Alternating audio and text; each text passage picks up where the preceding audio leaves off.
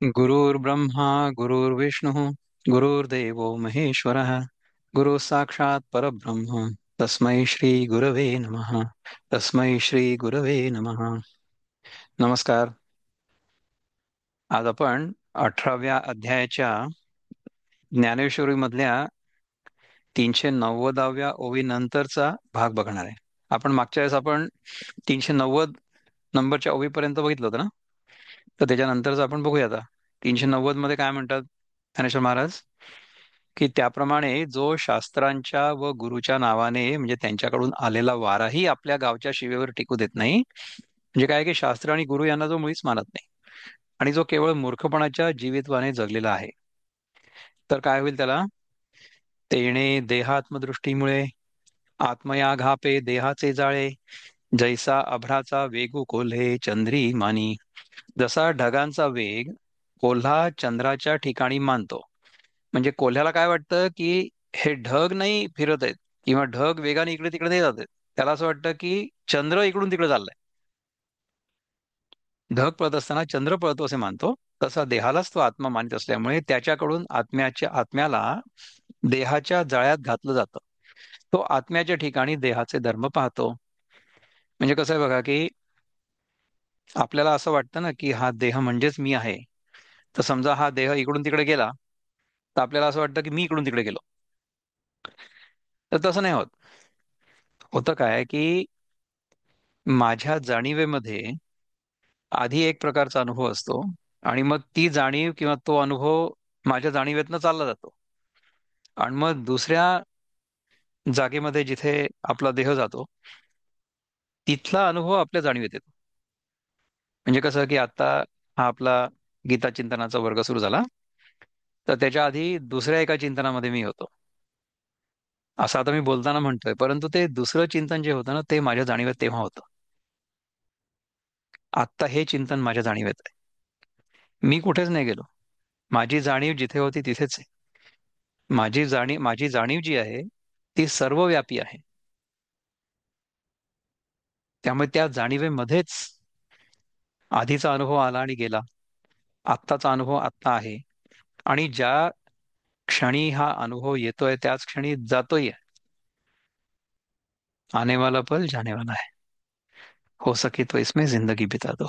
पल जो ये जाने वाला है.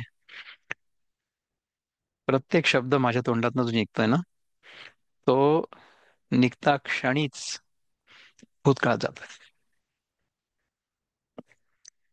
आपल्याला काय वाटतं की आपण हलतोय. दिस इज द इल्युजन. त्या आगगाडीचं उदाहरण तुम्ही लक्षात ठेवा. आपण बसलेलो असतो, बाजूच्या प्लॅटफॉर्मवरची गाडी हलते आणि आपल्याला असं वाटतं की आपण हलतोय, है ना. तर जोपर्यंत आपलं लक्ष त्या हलणाऱ्या गाडीवर असेल तोपर्यंत आपली गाडी हलते असं आपल्याला वाटत राहील. त्यामुळे हलतायत ढग, परंतु चंद्र हलतोय असं वाटतंय कोल्ह्याला. तो कोल्हा म्हणजे कोण? आपणच आहे. जोपर्यंत आपल्याला कळत नाही काही तोपर्यंत आपण तसे असतो. मग तया मानण्यासाठी देहबंदी शाळे किरीटी, कर्माच्या वज्रगाठी कळासे तो. अर्जुना, मग तो जीव त्या मानण्याने देहरूपी तुरुंगात कर्माच्या पक्क्या गाठीने जखडला जातो. जेव्हा आपण स्वतःला देह समजतो तेव्हा आपण या देहाने सगळ्या प्रकारची कर्म करतो आणि त्या कर्म बंधनामध्ये अडकतो. म्हणजे हे कर्म मी माझ्या कुठल्या तरी इच्छापूर्तीसाठी करतोय आणि इच्छापूर्तीसाठी कर्म केलं की त्या कर्माचं फळ तर मला मिळणारच आहे किंवा मला भोगावंच लागणार आहे, चांगलं किंवा वाईट. अशा प्रकारे मी त्याच्यामध्ये अडकतो. पाहे पा बद्ध भावना दृढा, नळी एवरी तो बापुडा, काय मोकळे आही पायाचा चवडा, नठकेची पुसा. पहा की नळीवरील तो बापडा राघू, त्याचे पंजे मोकळे असतानाही आपण बांधलो गेलेलो आहोत असं त्याला वाटत नाही का? म्हणजे हा जो आहे ना ह्याला म्हणतात भय सापळा. याच्याबद्दल चिंतन आपण आधी केलेलं आहे पण रिवाइज करायला काही हरकत नाही. तो भय सापळा म्हणजे कसं असतं माहितीये का? एखाद्या पक्षाला ज्याथे पोपट्याला पकडण्यासाठी जो सापळा लावला जातो, द ट्रॅप, तो कसा असतो माहितीये का? की एक दांडा असतो आणि त्या दांड्यावर एक नळी असते. ठीक आहे. तर कसं होतं की त्या नळीवर जेव्हा दांडा समजून एखादा पोपट बसतो तेव्हा ती नळी अशी उलटी होते. त्या पोपटाच्याच वजनाने अशी होते. म्हणजे आधी पोपट असा वर्ण बसलेला असतो, त्या नळीला धरतो आणि त्याच्याच वजनामुळे ती नळी मागे जाते, इम्बॅलन्स असल्यामुळे, है ना. तर जेव्हा तो पोपट असा अपसाइड डाऊन लटकतो, तर तो घट्ट त्या नळीला धरून ठेवतो. त्याला असं वाटतं की ही नळी जर मी सोडली तर मी खाली पडेन. त्याला हे नाही समजत की तो स्वतः उडू शकतो. तर समजा त्यांनी पाय मोकळे सोडले, त्याच्यावरची आपली पकड ढिली केली, तर उडून जाऊ शकतो ना तो. तसं आपलं झालेलं आहे. आपण ह्या जगाला, ह्या देहाला इतकं घट्ट धरून ठेवलेलं आहे की आपल्याला असं वाटतं की हे जर सुटलं तर आपण मरून जाऊ. हाच तर भ्रम आहे ना आपला, की माझा देह जर गेला तर मी मेलो. ह्या भ्रमात आपण जोपर्यंत राहू तोपर्यंत आपण या देहाला सोडायला बघणार नाही. आपण हा देह काहीही करून टिकवून ठेवायचा प्रयत्न करू. म्हणजे अगदी जाण्याची वेळ आलेली आहे, पण तरी सुद्धा आपण ह्याच्यामध्ये नळ्या बिळ्या घुसवून आणि व्हेंटिलेटरवर हा देह टिकवायचा प्रयत्न करू. किती दिवस टिकणार आहे? तसं टिकवण्याची तशी काही गरजच नाही. म्हणजे मला हे माहिती नाही की व्हेंटिलेटरवर माणूस राहून आलेला नंतर पूर्णपणे नॉर्मल झाला आणि त्याला व्यवस्थित क्वालिटी ऑफ लाईफनी जगता आलं ह्याच्या पुढे. अशा प्रकारचं उदाहरण मला तरी माहिती नाही. तुम्हाला जर माहिती असेल तुम्ही मला प्लीज सांगा. म्हणजे माझ्या डोक्यामध्ये असं आहे की हे लिहून ठेवा आपण कुठेतरी, की अशा प्रकारची जर वेळ आली व्हेंटिलेटरवर ठेवण्याची, तर कृपा करून नका ठेवू. शांतपणे जाऊ द्या हा देह सोडून. कारण की हा देह आता श्वास घेण्याच्या श्वास घेण्याच्याही लायकीचा जर नसेल राहिला, तर मग त्या देहाला टिकवून काय उपयोग आहे? हा देह असणं हे जास्त दुःखदायक आहे, आणि जर नसला देह तर ते जास्त सुखदायक आहे. तर मग हा देह टिकवायची गरज काय? हा देह तर आपण रोज जेव्हा धडधाकट असतो, निरोगी असतो, तेव्हा देखील रोज रात्री सोडतो ना. मग जो रोगी देह आहे तो धरून ठेवून त्याच्यामध्ये अडकू नाही का आपण? म्हणजे त्या पोपटासारखी आपली गत झाली, म्हणजे आपला पोपट झाला. नाही, कारण की आपण चुकीच्या गोष्टीला धरून ठेवलेलं आहे, की ती चुकीची गोष्ट म्हणजेच मी आहे असं समजून. तर ह्या भय सापळ्यापासून आपल्याला मुक्त व्हायचं आहे. म्हणून निर्मळा आत्मस्वरूपी तो प्रकृतीचे केले आरोपी, तो कल्पकोडीच्या मापी मवीची कर्मे. म्हणून निर्मळ आत्मस्वरूपाच्या ठिकाणी जो प्रकृतीने केलेल्या मिथ्या आरोप करतो, म्हणजे निर्मळ आत्मस्वरूप आहे पण त्याच्यावर आपण प्रकृतीने आपल्याला जे काही अध्यारोपित केलेलं आहे, जे सुपर इम्पोज, तो आरोप करतो. तो कोट्यावधी कालपर्यंत कर्मातच गुंडाळलेला राहतो. तर जोपर्यंत आपण स्वतःला देह समजत राहू, मन समजत राहू, बुद्धी समजत राहू, अंतःकरण समजत राहू, तोपर्यंत आपण ह्या चक्रामध्ये अडकलेलो राहू इन्फिनिटली. आता कर्मा माझी असे, परितया ते कर्म न स्पर्शे, वडवानळा ते जैसे समुद्रोदक. आता वडवानल समुद्रात असून समुद्राचं पाणी त्याला स्पर्शही करू शकत नाही. म्हणजे वडवानल म्हणजे तिथे कधी कधी अग्नी तयार होतो, त्याला समुद्राचं पाणी त्याला स्पर्शही करू शकत नाही. त्याप्रमाणे कर्मामध्ये असूनही ज्याला कर्म स्पर्श करू शकत नाही, म्हणजे जो कर्मपाशाने बांधला जात नाही. वडवानल म्हणजे, तुम्ही मला somebody help me, the fire that appears on the sea, वडवानल.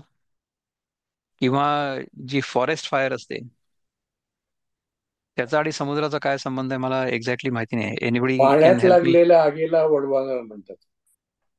पाण्यात लागलेल्या आगीला वडवानल म्हणतात. तर त्या आगीचा आणि पाण्याचा तसा काही संबंध नाही आहे. हा, तर समुद्रात असून देखील समुद्राचं पाणी त्याला स्पर्शही करू शकत नाही. त्याप्रमाणे कर्मामध्ये असूनही ज्याला कर्म स्पर्श करू शकत नाही, म्हणजे जो कर्मपाशाने बांधला जात नाही, तैसेनी. एक मिनिट हा, तुम्हाला शेअर करायला पाहिजे ना स्क्रीन. तैसेनी वेगळेपणे जयाचे कर्मी असणे, तो कीर ओळखावा कवणे तरी सांगो. वरील दृष्टांताप्रमाणे जो कर्मातून कर्मे करीत असून कर्मापासून वेगळेपणाने असतो, तो खरोखर कोणत्या लक्षणाने जाणावा असं विचारतील तर मी तुला सांगतो. की कर्म करत असताना सुद्धा कर्माच्या बंधनामध्ये लिप्त नाहीये असं कोण असेल? हा, जे मुक्ता ते निर्धारिता, लाभे आपलीच मुक्तता, जैसी दीपे दिसे पाहता आपली वस्तू. कारण की ज्याप्रमाणे अंधारातली आपली वस्तू दिव्याच्या साह्याने पाहिली असता दिसते, त्याप्रमाणे मुक्त पुरुषाविषयी विचार केला असता आपलीच मुक्तता आपल्याला प्राप्त होते. बघा की या 18व्या अध्यायामध्ये कसं सगळं सारांश रूपात सांगितलेलं आहे. म्हणजे पहिले आपल्याला आपण कोण आहोत कोण नाही आहोत त्याच्याबद्दल सांगितलं. त्यानंतर कर्म म्हणजे काय, की ते काय ते सांगितलं, किंवा कर्म निष्काम त्यांनी कसं करायला पाहिजे ते सांगितलं. आणि आता सांगतायत की कर्मबंधनात न लिप्त होणारा कर्म करत असताना देखील त्याची काय लक्षणं आहेत. म्हणजे तुम्हाला आठवतं का दुसऱ्या अध्यायामध्ये आपल्याला भगवंतानी स्थितप्रज्ञाची लक्षणं सांगितली ती. स्थितप्रज्ञस्य का भाषा समाधीस्तस्य केशव स्थितती किम प्रभाषेत किमासीत व्रजेत किम, असा प्रश्न विचारला होता ना अर्जुनाने. तर त्याच्यासाठी जे उत्तर दिलं होतं तेच उत्तर आता पुन्हा कदाचित येईल आपल्याला. बघू आपण काय दिसतं ते. मी वाचलेलं नाही त्यामुळे मलाही माहित नाही. So this is suspense for me as well. ज्याप्रमाणे अंधारातील आपली वस्तू दिव्याच्या साह्याने पाहिली असता दिसते, त्याप्रमाणे मुक्त पुरुषाविषयी विचार केला तर आपलीच मुक्तता आपल्याला प्राप्त होते. ना तरी दर्पणू जव उटिजे तव आपण पया आपण भेटीजे, का तोय पावता तोय होईजे लवणे जेवी. अथवा पोलादाचा आरसा जसजसा घासावा तस तसं आपल्याला आपल्याला आपल्यालाच भेटता येतं. पोलादाचा आरसा जसा घासावा तसं तसं आपणास आपल्याला भेटता येतं. म्हणजे आपलं प्रतिबिंब आपल्याला अधिक स्वच्छ दिसतं. अथवा ज्याप्रमाणे मीठ पाण्याला मिळालं असता पाणी होतं. आता पोलादाचं त्यांनी काय दिलंय बघा उदाहरण, की समजा there is a steel plate. त्या स्टील प्लेटला जर आपण घासलं आणि तिला एकदम गुळगुळीत केलं तर ती चमकायला लागेल. ती चमकायला लागल्यानंतर आपला चेहरा त्याच्यात दिसेल ना. त्याचप्रमाणे समजा मीठ पाण्यात टाकलं तर मीठ विरघळून जाईल. तर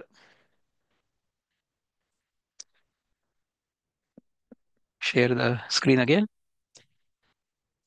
हे असो परतोनी मागुते, प्रतिबिंब पाहे बिंबाते, तव पाहणे जाऊनी आईते बिंबची होय. हे राहू दे. प्रतिबिंब जेव्हा उलटून पुन्हा बिंबाला पाहतं तेव्हा पाहण्याची क्रिया नाहीशी होऊन मूळचं प्रतिबिंब राहतं. म्हणजे बघा की उदाहरण कसं आहे, की आपण समजा आरशामध्ये स्वतःचं तोंड बघितलं आणि जर त्या आरशातल्या प्रतिबिंबानी आपल्याकडे बघितलं, काय होईल? आपण जे स्वतःला समजतो ना ते आरशातल्या प्रतिबिंबासारखं आहे. त्याला म्हणतात चिदाभास.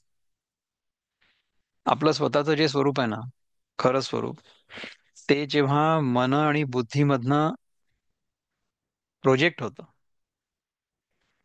तेव्हा जे दिसतं त्याला म्हणतात चिदाभास. चिदाभास म्हणजे द अपिअरन्स ऑफ अवेअरनेस. थोडं कठीण आहे. See I am pure awareness, but when I project myself through this body and mind appears to be sentient. जे माझं खरं स्वरूप आहे, पुन्हा एकदा ऐका, जे माझं खरं स्वरूप आहे ते जेव्हा हा देह आणि हे मनबुद्धी चित्त अहंकार अंतःकरण ह्यांच्यातून जेव्हा बाहेर प्रोजेक्ट होतं तेव्हा मनबुद्धी चित्त अहंकार आणि हा देह चेतन आहेत असा भास होतो. मला तुमच्याबद्दल तो भास होतो आणि तुम्हाला माझ्याबद्दल तो भास होतो. मी चेतन आहे हे तुम्हाला कसं कळेल? त्याच्या प्रगटीकरणावरूनच कळेल ना. मॅनिफेस्टेशन. सो हे शरीर ज्या प्रकारे तुम्हाला वागताना दिसतंय, तुम्हाला फक्त शरीर दिसतंय, तुम्हाला तर मन पण नाही दिसत आहे. तुम्ही मनाचा सुद्धा अनुमानच काढताय. So you are imagining from my body language or from my actions what my mind might be like, असा तुम्ही अंदाज करता. तुम्हाला माझं मन देखील डायरेक्टली कळत नाही कसं आहे ते. म्हणजे जर माझ्या मनामध्ये तुमच्याबद्दल प्रेम असलं तर वेगळ्या प्रकारची बॉडी लँग्वेज तुम्हाला दिसेल, वेगळ्या प्रकारचे शब्द ऐकायला येतील, वेगळ्या प्रकारचा टोन ऐकायला येईल. पण जर माझ्या मनात तुमच्याबद्दल प्रेमभावना नसली तर वेगळे शब्द ऐकायला येतील, वेगळ्या प्रकारचा टोन ऐकायला येईल, वेगळ्या प्रकारची बॉडी लँग्वेज तुम्हाला बघायला मिळेल. तुम्हाला काय दिसेल किंवा तुम्हाला काय अनुभव येईल? तुम्हाला अनुभव माझ्या शरीराचा येईल किंवा माझ्या वाणीचा येईल. तुम्हाला अनुभव माझ्या मनाचा नाही येणार. आणि माझ्या देहानी ज्या काही हालचाली होतील किंवा माझ्या वाणीतून ज्या प्रकारचे शब्द आणि ज्या प्रकारचा टोन प्रकट होईल, त्याच्यावरून तुम्ही अंदाज बांधाल की हे मन असं असेल, म्हणून ह्यांच्या मनात असं असेल असं तुम्ही अंदाज कराल. ह्यांच्या मनात नेमकं काय चाललंय कधीच कोणाच कळणार नाही. आपल्याला फक्त आपल्या मनात काय चाललेलं आहे ते कळतं, इतरांच्या मनात काय चाललेलं ते नाही कळत. आता मनच जर आपल्याला कळत नाही, त्याच्या पलीकडची जी वस्तू आहे आत्मा, ती कशी कळेल? आपल्याला फक्त आपल्या स्वतःच्याच आत्मस्वरूपाचा नेहमी अनुभव येत असतो आणि तेच अंतिम सत्य आहे.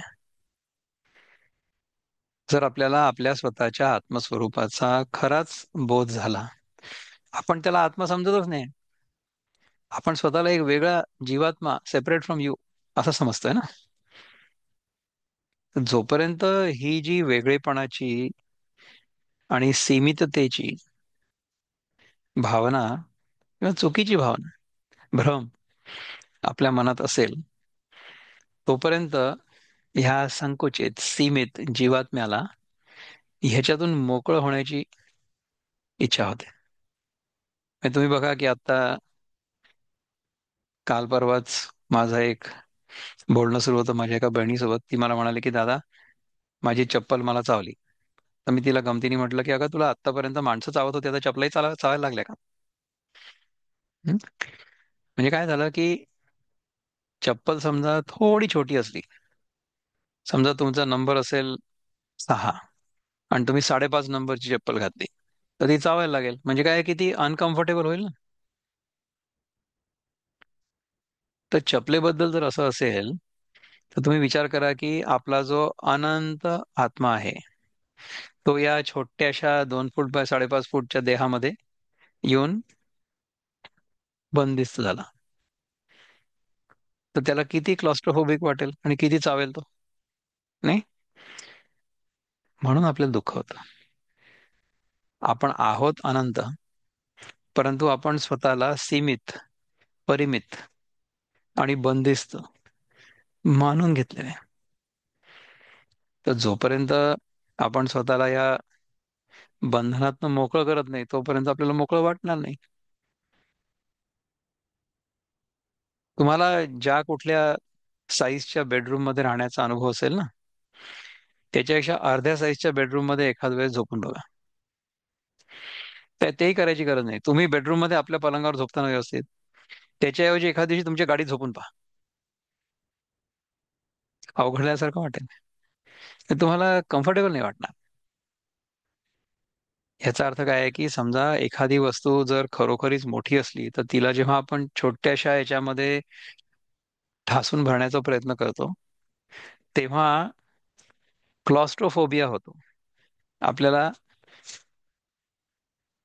अरुंद जागेमध्ये गेल्यानंतर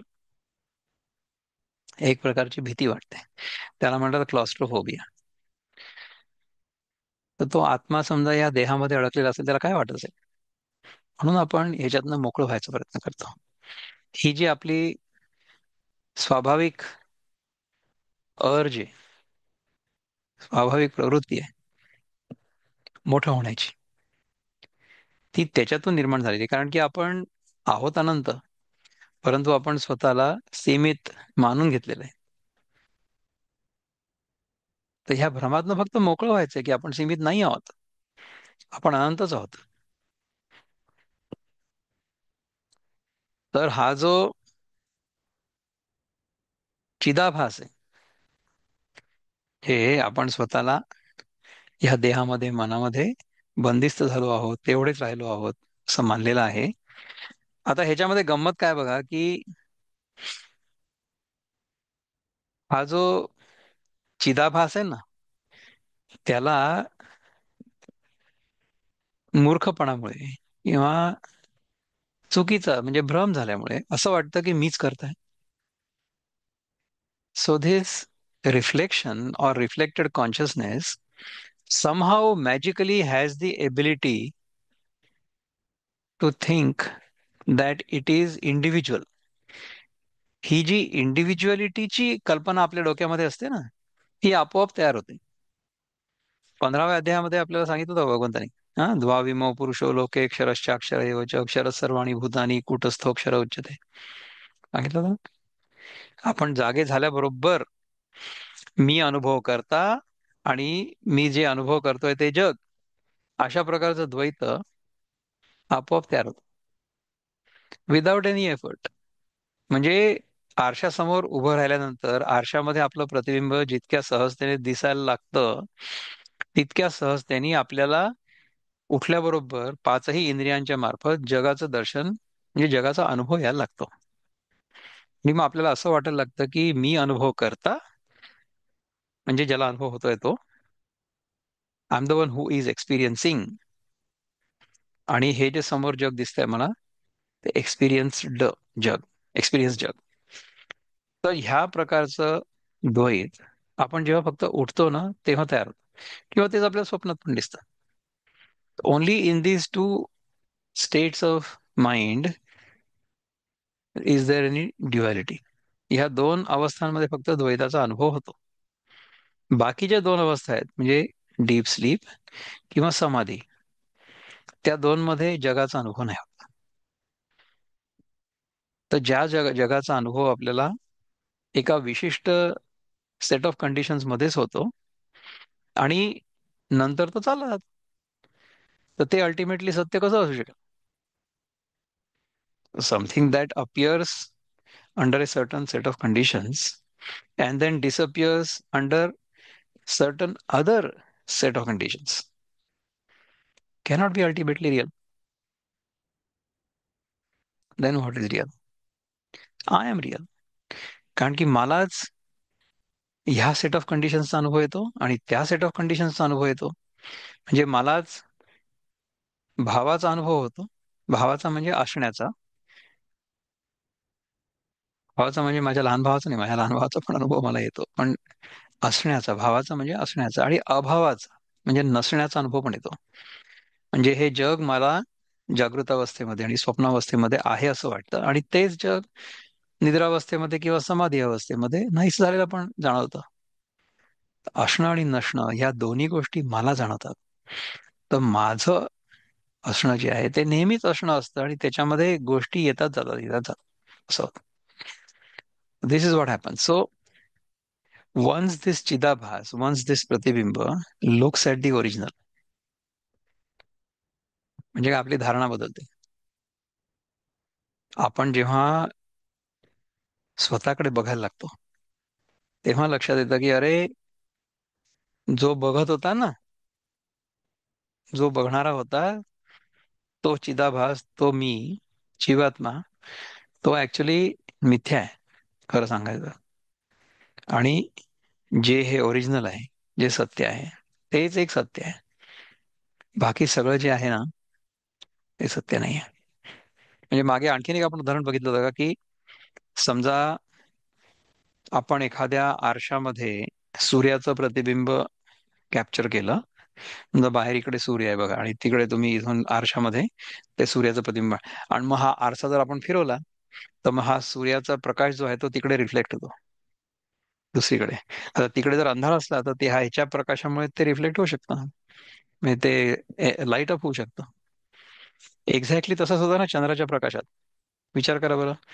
म्हणजे चंद्रप्रकाशामध्ये काय होतं की सूर्य पृथ्वीच्या दुसऱ्या बाजूला असतो, जो आपल्याला दिसत नाही. परंतु सूर्याचा प्रकाश चंद्रावर पडतोय, आणि मग त्या चंद्राचा प्रकाश आपल्या पृथ्वीवर पडतोय. तर आपल्याला काय वाटतं की चंद्रात प्रकाश आहे. तर चंद्रामधला जो प्रकाश आहे दॅट इज रिफ्लेक्टेड लाईट. तो ओरिजिनल लाईट नाही आहे.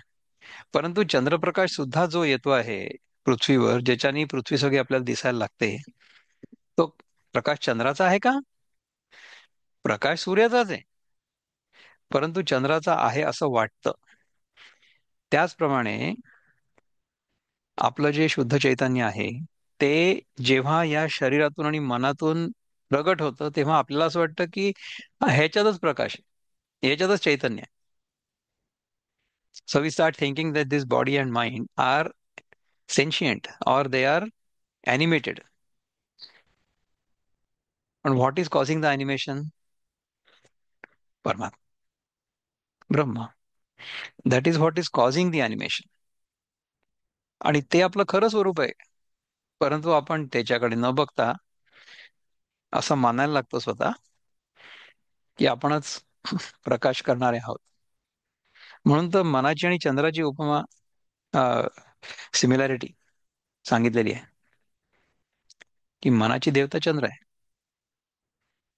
कारण की चंद्राप्रमाणेच जेव्हा चंद्रप्रकाश पृथ्वीवर पडतो, तेव्हा असं वाटतं की चंद्रप्रकाशामुळे आपल्याला हे सगळं दिसतंय. आपलं मन जे आहे ना, ते ज्याच्यावर चालतं तो सूर्यप्रकाश, म्हणजे परमात्म्याचा प्रकाश. तो जेव्हा मनातनं, देहातनं, बुद्धीतनं प्रगट होतो, तेव्हा त्याला म्हणतात चिदाभास. त्या चिदाभासाची प्रॉपर्टी आहे की त्याला असं वाटतं की आपण हे सगळं करतोय. अहंकार विमूढात्मा करता आम्ही म्हणते असं होत. तर ह्याच्यातनं, या सगळ्या भ्रमातनं आपल्याला फक्त मुक्त व्हायचंय, करायचं काही नाही. जेव्हा प्रतिबिंब पुन्हा उलटून बिंबाला पाहतं, तेव्हा पाहण्याची क्रिया नाहीशी होऊन मूळचं प्रतिबिंब फक्त राहतं.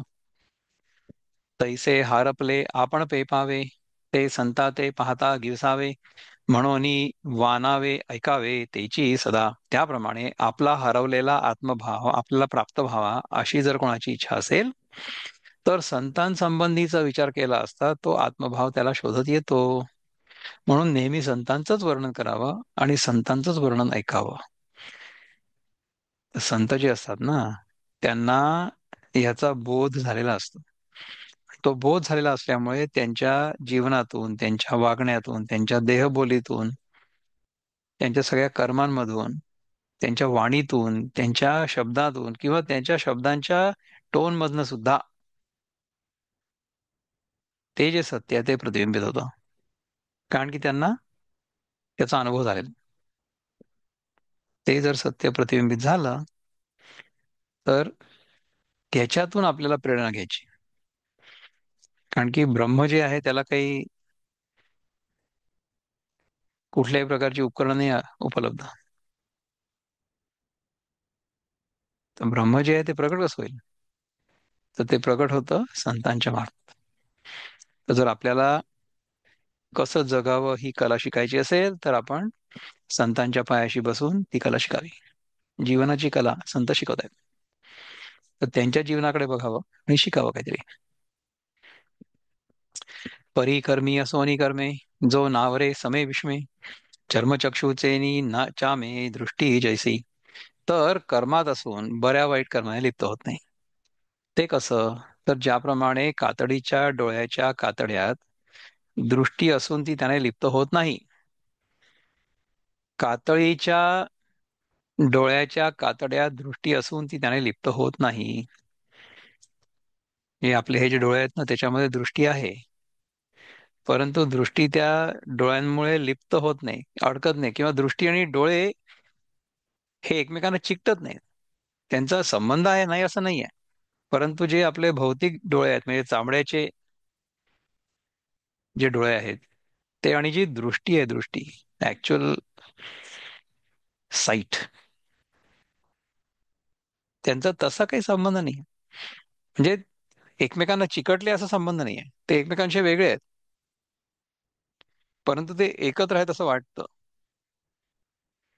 त्याप्रमाणे आपण जेव्हा कर्म करतो ना, तेव्हा जर खरंच निष्काम कर्म करत असू, असं कर्म कोण करतात बरं?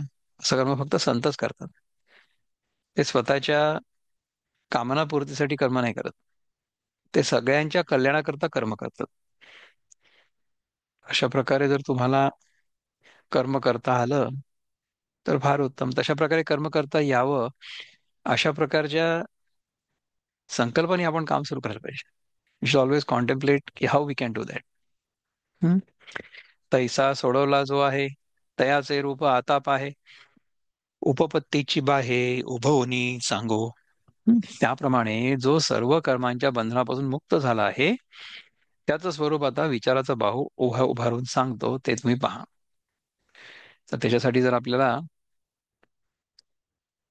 मंजूताई म्हणा किंवा स्मिताताई असल्या आणि जर म्हणू शकल्या श्लोक, तर म्हणा, नाही तर मग मी म्हणतो. आहे का? R you there? मंजूताई किंवा स्मिताताई, are you able to say the श्लोक? Or anybody else who might want to say the श्लोक? ज्यांना इच्छा असेल ते म्हणू शकतात श्लोक. आपण अर्थ नंतर बघू. नसेल तर मग आपण बघू. हं? यस्य नाहंकृतो भावो बुद्धिर्यस्य न लिप्यते हत्वापि स इमान् लोकान् न हन्ति न निबध्यते.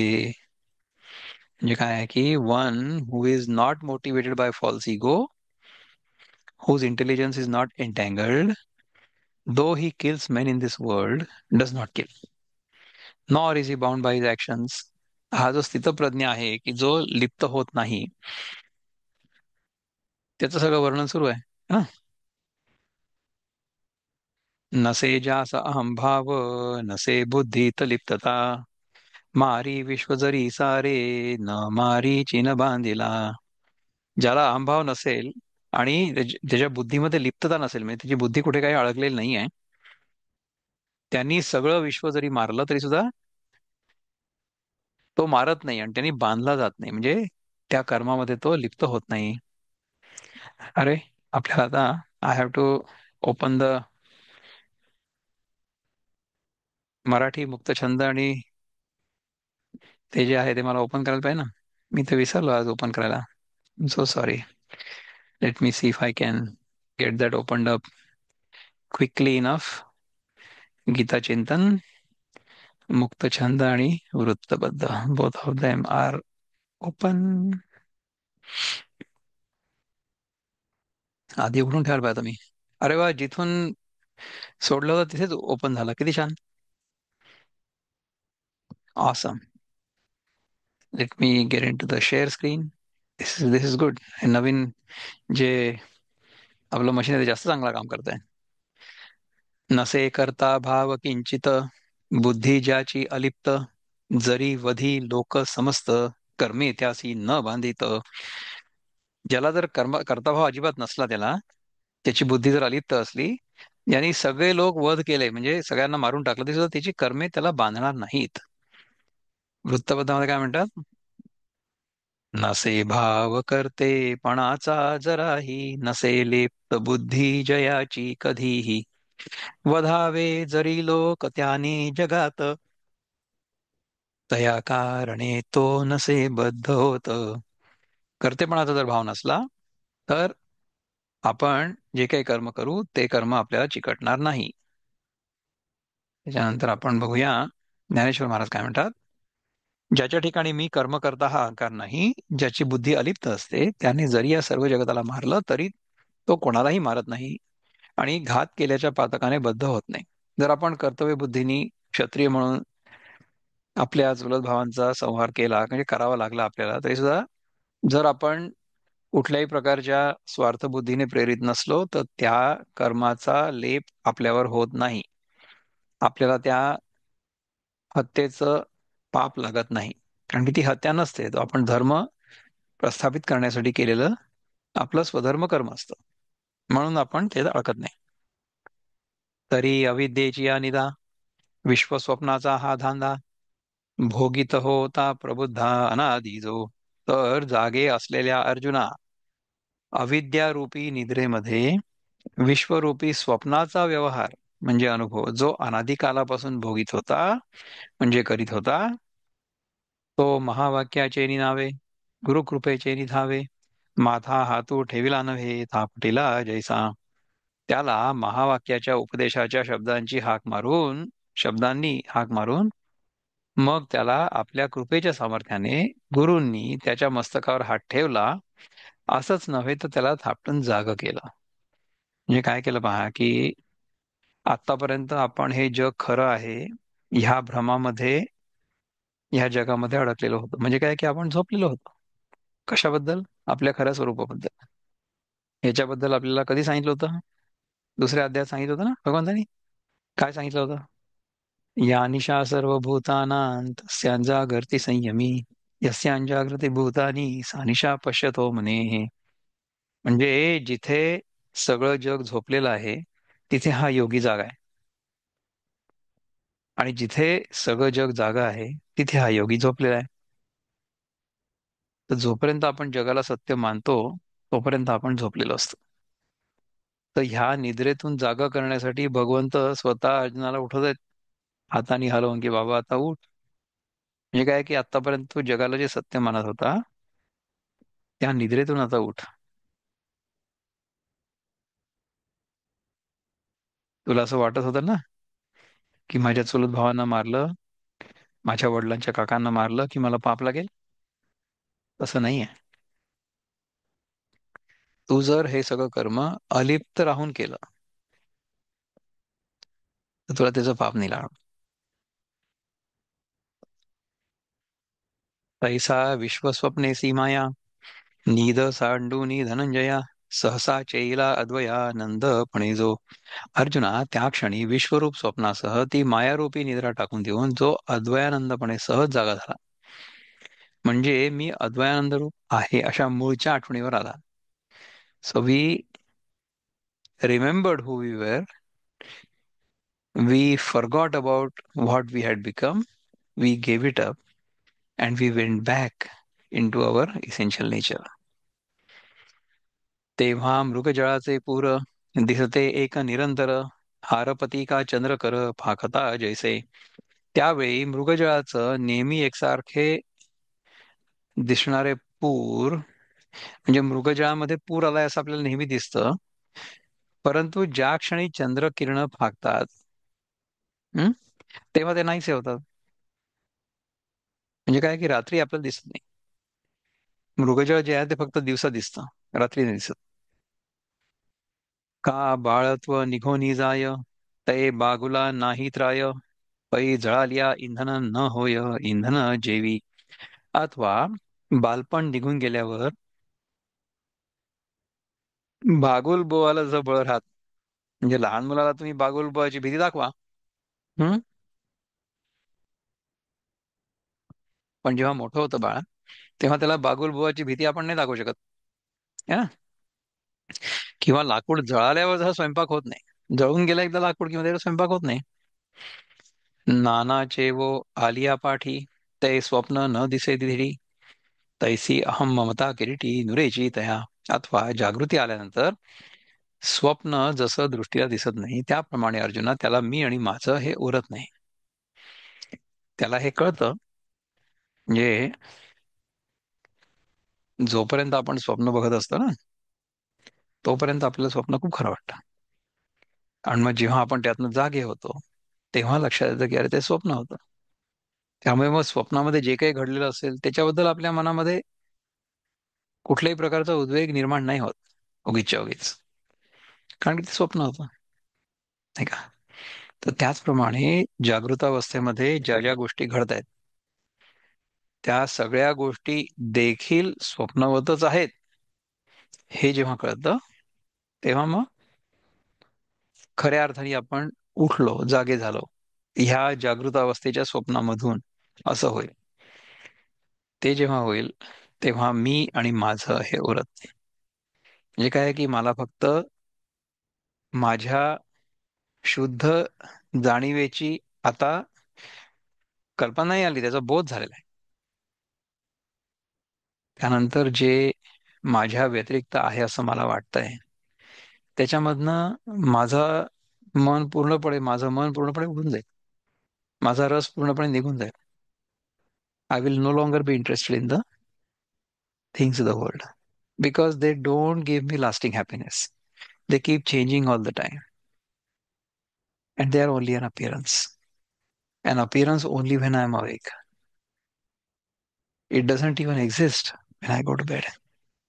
म्हणजे झोपेमध्ये मला कुठे कळतं जग काय चाललंय ते. तर त्याच्यामध्ये मी अडकायला नकोय. मग सूर्यो अंधारा लागी, रिघो का भलते सुरंगी, परी तो तयाच्या भागी नाहीची जैसा. मग सूर्य अंधकाराला अंधारा करता वाटेल त्या भुयारात प्रवेश करो, परंतु तो अंधार जसा सूर्याच्या वाट्यासच येत नाही. तैसा आत्मत्मे वेष्टीला होय, तो जया जया दृश्या ते पाहे, ते दृश्य द्रष्टेपणाचे होत जाय तयाचेची रूप. त्याप्रमाणे जो आत्मभावाने व्यापला गेला आहे, तो ज्या ज्या दृश्य पदार्थाला पाहिल, तो दृश्य पदार्थ द्रष्टेपणासह त्याचंच रूप होऊन जातो. म्हणजे if we are aware of our own true self as the infinite consciousness, in that awareness आपल्याला इतर गोष्टी दिसतील खऱ्या, पण आपल्याला हे लक्षात येईल की त्या आपल्यापेक्षा वेगळ्या नाही आहेत. का नाही आहेत? कारण की वेगळ्या दिसत जरी असल्या तरी सुद्धा त्यांचा अनुभव मला माझ्या आतमध्येच होतोय. त्यामुळे वेगळ्या फक्त दिसत आहेत किंवा भासत आहेत, अनुभव तर त्यांचा मला माझ्या हातच होतोय ना. तर त्या गोष्टी माझ्याशी वेगळ्या नाही आहेत. जैसा वन्ही जया लागे, ते वन्हीची जालिया अंगे, दाह्य दाह्यक विभागे सांडिजे ते. वन्हीची जालिया नाही का, वन्हीची जाळिया अंगे पाहिजे. ज्याप्रमाणे अग्नी ज्या पदार्थाला लागतो, तो पदार्थ अंगाने अग्नीत झाल्यावर मग जाळणार आणि जळणार असा भेद शिल्लक राहत नाही. म्हणजे बघा की समजा आपण एखादा लाकडाचा मोठा तुकडा जळायला घेतला, तर काय होईल की तो जेव्हा पूर्ण तापेल तेव्हा लाल लाल लाल लाल दिसेल, right. Red hot wooden block. तर तो जो ब्लॉक आहे तो इतर गोष्टीला आग लावायचा प्रयत्न करू, म्हणजे आग लावायची त्याच्याकडे गुणधर्म असेल, परंतु तो जर जळून पूर्ण खाक झालेला असेल तर मग त्याच्यामध्ये काहीच उरणार नाही. आणि जेव्हा तो जाळू शकतो तेव्हा जाळणारा कोण होता आधी याला? जाळणारा होता अग्नी. तर त्या अग्नीचेच गुणधर्म आता ना त्या लाकडाच्या ओंडक्यावर आले. म्हणजे अग्नी ज्याप्रमाणे दुसऱ्या वस्तूला जाळतो त्याप्रमाणे ही लाकडाची वस्तू जी आहे, जिने अग्नी पूर्ण ग्रहण केलेला आहे आणि एकरूप झालेली आहे, तर ती वस्तू अग्नीचं काम देखील करू शकते. जसं आपला देह आणि मन त्या परमात्म्याचं काम करू शकत, तसंच आहे. Same thing. पण तो पदार्थ अंगाने अग्नी झाल्यावर मग जाळणारा आणि जळणारा असा भेद शिल्लक राहत नाही. मग कोण कोणाला जाळतोय, है ना. तैसा कर्माकार अधुर्य, तो कर्तेपणाचा आत्मया, आळू आला की तो गेलिया बाही काही बाही जैवरे. त्याप्रमाणे आत्म्याहून भिन्न असणारं भिन्न भासणारं जे कर्म, त्या कर्मांमुळे आत्म्यावर जो कर्तेपणाचा आरोप झाला होता, तो आरोप गेल्यावर जे काही बाही, म्हणजे शब्दांनी अमुक आहे असं न सांगता येण्याजोगं उरतं. आपल्या व्यतिरिक्त जे काही आहे ना, आपल्याहून भिन्न भासणारं जे कर्म किंवा त्या कर्मामुळे आत्म्यावर जो कर्तेपणाचा आरोप आला होता, हे सगळंच्या सगळं जे आहे ना, तो आरोप गेल्यावर जे काही बाई शब्दांनी अमुक आहे असं न सांगता येण्याजोगं उरतं. सो आपण सगळं एक एक एक एक वस्तू जर डिस्कार्ड करत करत आलो की हे पण मी नाहीये, ते पण मी नाही, म्हणजे आता काय फोन पासून सुरुवात करू. हा फोन माझा नाहीये किंवा हा फोन मी नाहीये, बाजूला ठेवा. असं करत करत शेवटी तुम्ही तुमच्या शरीरापर्यंत याल. तर शरीर पण तर आपण बाजूला उचलून ठेवू शकतो ना, ठेवतोच रोज रात्री झोपताना, राईट. सो अशा प्रकारे समजा आपण कुठपर्यंत आलो होतो? आत्म्याहून भिन्न भासणारं जे कर्म, त्या कर्मामुळे आत्म्यावर जो कर्तेपणाचा आरोप आला होता, तो आरोप केल्यावर जे काही बाई शब्दांनी अमुक आहे असं न सांगता येण्याजोगं उरतं, ते म्हणजे मी आहे. तर याच्यानंतरच्या ओळीमध्ये काय म्हणतात? तिये आत्मस्थितीचा जो राहो, मग तो देही ये जाणेल ठावो, काय प्रलयांबूचा उन्हा हो वोभू मानी. त्या आत्मस्थितीचा जो राजा आहे, तो मग या देहाला आपलं ठिकाण असं समजेल का? म्हणजे तो मी देह असं मानील काय? प्रलयकाळच्या पाण्याची भरती आपण एक आहोत असं आपल्याला मानील काय? तैसी ते पूर्ण अहंता, काही देहपणे पंडुसुता, आवरे काही सविता बिंबे धर्या. अर्जुना, त्याप्रमाणे ती पूर्ण अहंता म्हणजे काय की सर्व ठिकाणी मीच भरलेला आहे, अशी व्यापक अहंता देहभावाने आवरली जाईल का? बिलकुल नाही जाणार. म्हणजे जसं तुम्हाला मी सांगितलं त्या जोड्याचं उदाहरण दिलं चपलेचं, की ते छोट्या साईजची चप्पल जर आपण घातली तर आपल्याला ती चावायला लागते. जगाचं प्रकाशन करणाऱ्या सूर्याचा व्यापक प्रकाश, सूर्याचं बिंब जितकं असतं तितका मर्यादित होईल काय? किती चांगला प्रश्न आहे बघा. त्याप्रमाणे ती पूर्ण अहंता म्हणजे सर्व ठिकाणी मीच भरलेला आहे अशी व्यापक अहंता देहभावाने आवरली जाईल का? जगाचं प्रकाशन करणाऱ्या सूर्याचा व्यापक प्रकाश, सूर्याचं बिंब जितकं असतं तितकाच मर्यादित होईल काय? नाही होऊ शकत. त्याप्रमाणे आपण पण जेव्हा स्वतःला जीवभावामध्ये बंदिस्त आहोत असं मानतो, तेव्हा त्यातनं सुटायचा, त्यातनं निघायचा आपण मार्ग शोधायचा प्रयत्न करतो. पै मथोनी लोणी घेपे, ते मागोती ताकी घापे, तरी ते अलिप्तपणे सिंपे तेणेसी काही. ताक घुसळून लोणी काढल्यावर पुन्हा ते ताकात घातलं असता ते लोणी ताकात अलिप्तपणामुळे असल्यामुळे त्या ताकात मिसळेल का पुन्हा कधी?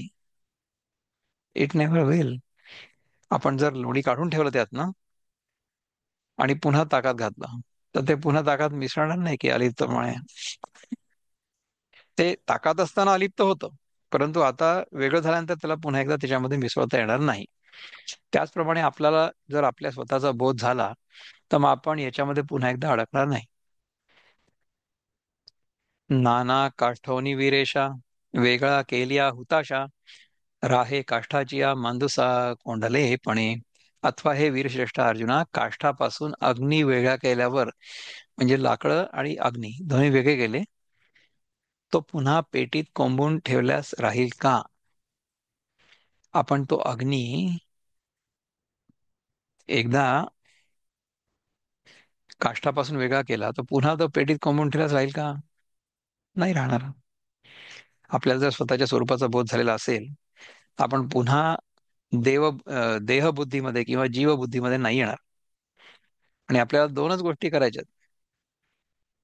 गीतेच्या अभ्यासाने आपल्याला दोनच गोष्टी करायच्यात, की मी हा देह आहे संकुचित, या भ्रमातनं मुक्त व्हायचंय, आणि दुसरं म्हणजे हा मी एक वेगळा जीव आहे, त्या जीवभावातून आपल्याला मुक्त व्हायचंय, दोन्हीमधनं मुक्त व्हायचंय.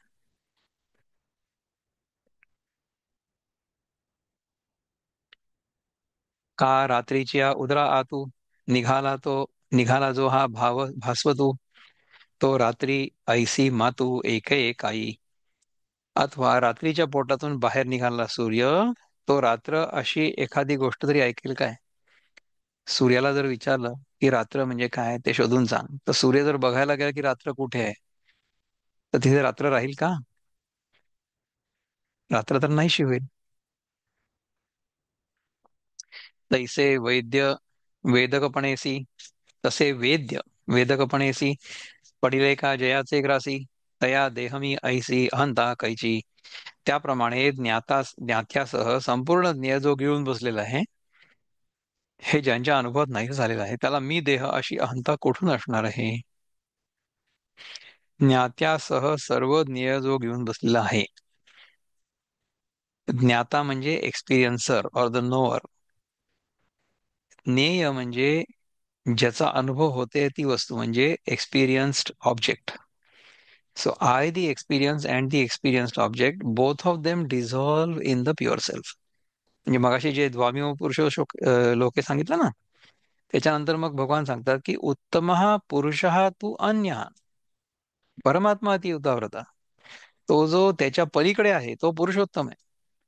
म्हणजे pure awareness in which there is no appearance of the sentient being जीवात्मा or the world. The world of experience. So in pure awareness, a duality gets projected and created of the experiencer on the one side and the experienced world on the other side. द्वाविमो पुरुषो लोके क्षरक्षाक्षर एव च क्षर सर्वाणी भूतानि कूटस्थोक्षर उच्यते. आणि आकाशे जेथे जेथुनी जाईजे तेथ असे भरोनी म्हणोनी ठेले कोंदोनी आपे आप. आणि आकाशाने जिथून जिथे जावं तिथे ते आकाश भरलेलंच असतं, कारण ते आकाश स्वभावतः सर्वत्र गच्च भरून राहिलेलं आहे. आकाश सर्वव्यापी आहे, त्यामुळे एक आकाश इथून दुसरीकडे जाईल का? जाऊ शकतं का? मगाशी तुम्हाला जे सांगितलं ना, की आपल्या जाणीवेमध्ये येणं जाणं सुरू असतं, आपण कुठे जात नाही. आपला देह जाईल इकडून तिकडे, परंतु आपण नाही जाणार. तैसे जे तेणे करावे, तो तेची आहे स्वभावे, मा कोणे कर्मी वेष्टावे, तर ते पणे. त्याप्रमाणे ज्यानं जे काही कर्म करायचं असतं ते कर्म स्वभावतःच त्याचं रूप आहे. मग कोणत्या कर्माने त्याला कर्तेपणाने गुंडाळावं?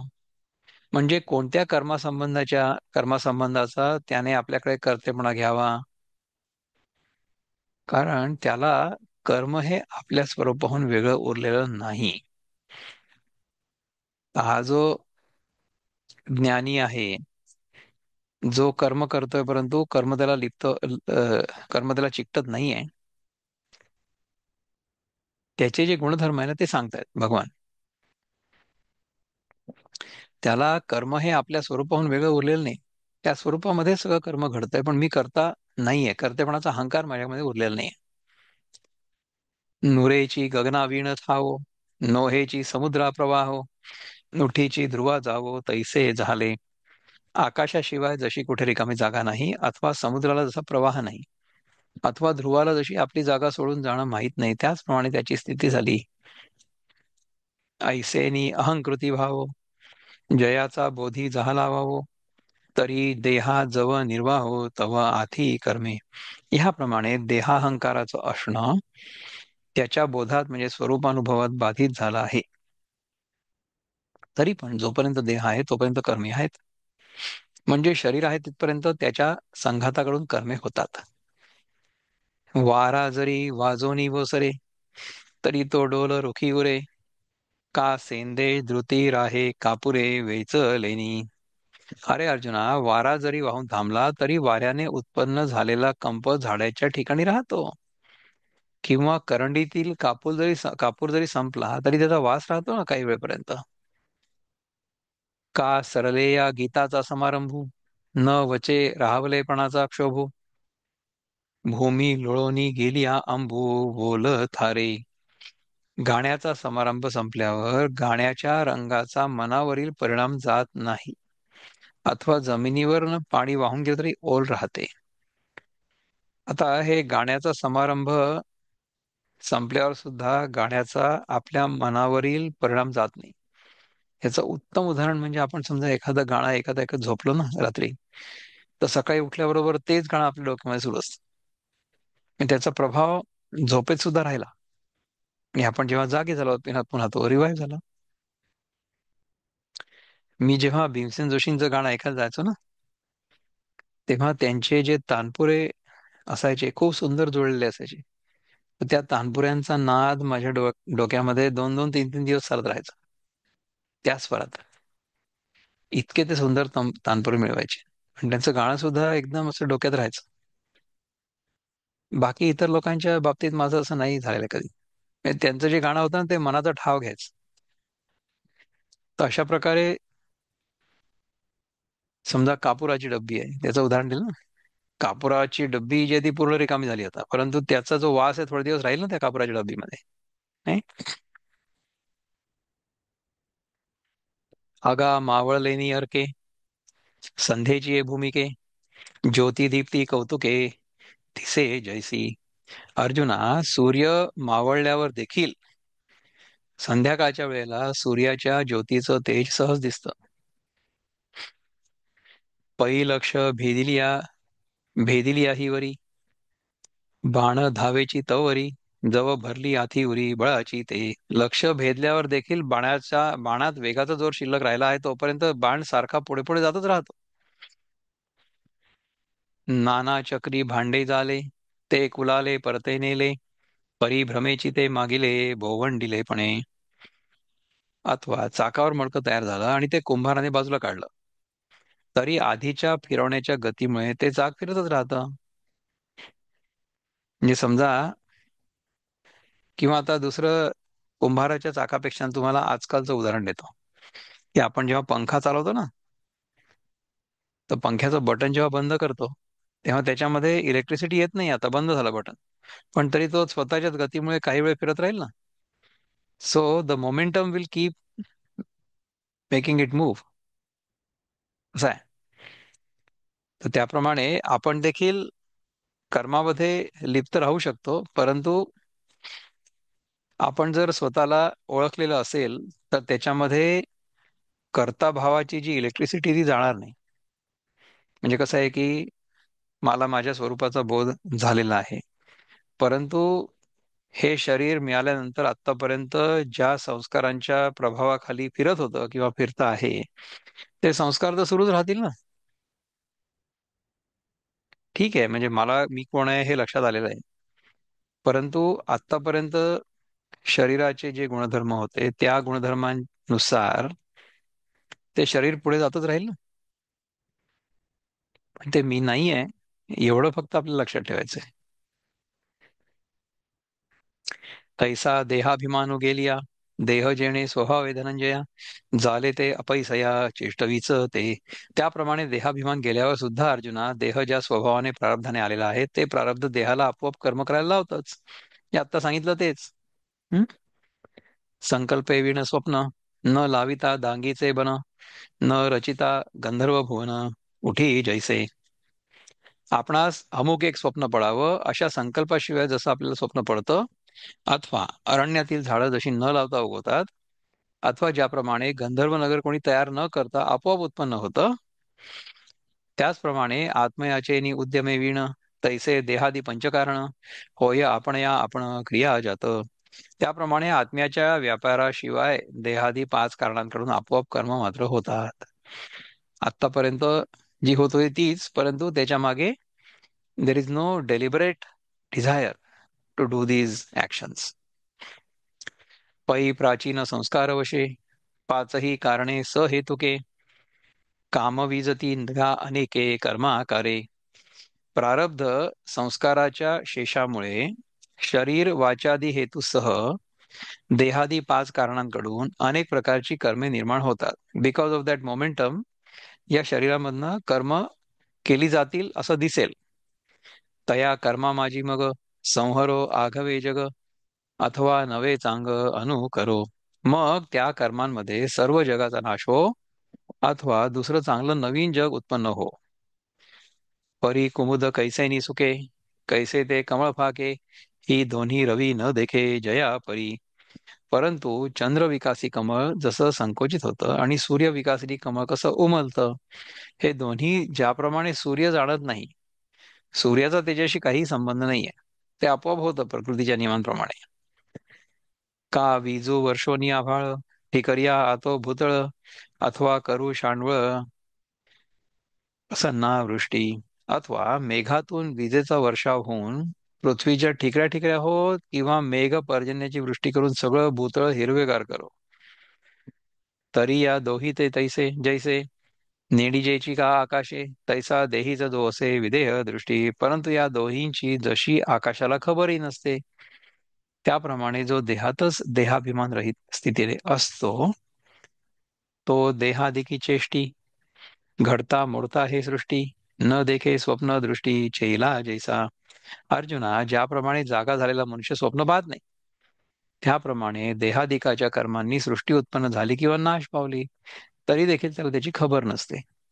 म्हणजे देहानी कर्म होत राहतील, परंतु कर्ता भाव त्यात नाही उरणार, त्यामुळे कर्मफळ काय आहे ते चिकटणार नाही. ये रवी चामाचे डोळेवरी, जे देखिते देहचीवरी, ते किरतो व्यापारी असेची मानती. एरवी कातड्याच्या डोळ्यांनी म्हणजे स्थूल दृष्टीने जे देहधारी जे त्याला देहधारी अशा दृष्टीने पाहतात, अशा बुद्धीने पाहतात. ते खरोखर तो कर्म करणार आहे असंच मानतात. म्हणजे जरी आपण अगदी निष्काम बुद्धीने कर्म केलं तरी सुद्धा लोकांना असं वाटेल की हे यांचा काहीतरी याच्यामध्ये हेतू आहे, मतलब आहे काहीतरी, म्हणून ते असं करतात. का तृणाचा बाहुला जो आगरा मिळे ठेविला, तो साचची राखता कोल्हा मानिजे ना. गवताचं बुजगावणं करून जे शेताच्या बांधावर ठेवलेलं असतं, ते बुजगावणं खरोखरच रखवालदार आहे असं कोल्हा मानित नाही काय. त्याला असं वाटतं की हा रखवालदारच आहे, तो त्याला भितो. तिसे नेसले का नागवे, हे लोकी येऊनी जाणावे, ठाणोरियांचे मवावे, आणि की घाय. वेडा मनुष्य वस्त्र नेसलेला आहे की नागवा आहे हे लोकांनी येऊन जाणवायचं, किंवा युद्धात वीरश्री संचारलेल्या योद्ध्याच्या जखमा दुसऱ्यांनी मोजायच्या, त्याला जखमांची खबरही नसते. का महासतीचे भोग, देखे कीर सकळ जग, परी ते आगी ना अंग ना लोकू देखे. अथवा सती जायला निघालेल्या पतिव्रता स्त्रीचे भोग म्हणजे शृंगार आदी सर्व लोक खरोखर पाहतात, परंतु त्या सती जाणाऱ्या स्त्रीला अग्नी, स्वतःचं शरीर किंवा लोक यांचं काही भान पण नसतं. जे कसं असतं पहा की जो वीर असतो ना युद्धामध्ये, तो स्वतःच्या शरीरावर किती जखमा झालेल्या आहेत ते काही मोजत नाही, तो इतर लोकांनी मोजाव्या त्या. किंवा वेडा मनुष्य जो असेल, त्याच्या अंगावर कपडे आहेत किंवा नाही हे लोकांनी बघावं. तर त्याप्रमाणे जो देह बुद्धीमध्ये नसतो, जो कर्ता भावामध्ये नसतो, तो जेव्हा कर्म करताना दिसतो, तो कर्म करताना दिसतो, लोकांना दिसतो. त्याच्याकडून किती कर्म झालेले ते तुम्ही मोजा. त्याला स्वतःला त्या कर्माबद्दल कुठल्याही प्रकारची आसक्ती नसते, किंवा मी किती कर्म करतोय वगैरे त्याला काही सांगायची गरज वाटत. अशा प्रकारे आपण 440व्या ओवीपर्यंत आता आलेलो आहे. तर हाही श्लोक आता अर्धवट आपण मध्येच सोडणार आहे, कारण त्याचा तास होऊन गेला. पण आपण पुढच्या वेळेस पुन्हा या 440 पासून लक्षात पुढे सुरू करू. हे आज 50 वय आपण शिकायचा प्रयत्न केला. आपण 390ला संपवलं तर मागच्या वेळेस, आता 440ला संपवलंय. हे लक्षात ठेवा. पुढच्या वेळेस आपण बघू. ठीक आहे. ओम पूर्णमद पूर्णमिदं पूर्णात् पूर्णमुदच्यते पूर्णस्य पूर्णमादाय पूर्णमेवावशिष्यते. ओम शांति शांति शांति. हरि ओम. श्री गुरुभ्यो नमः. हरि ओम. नमस्कार.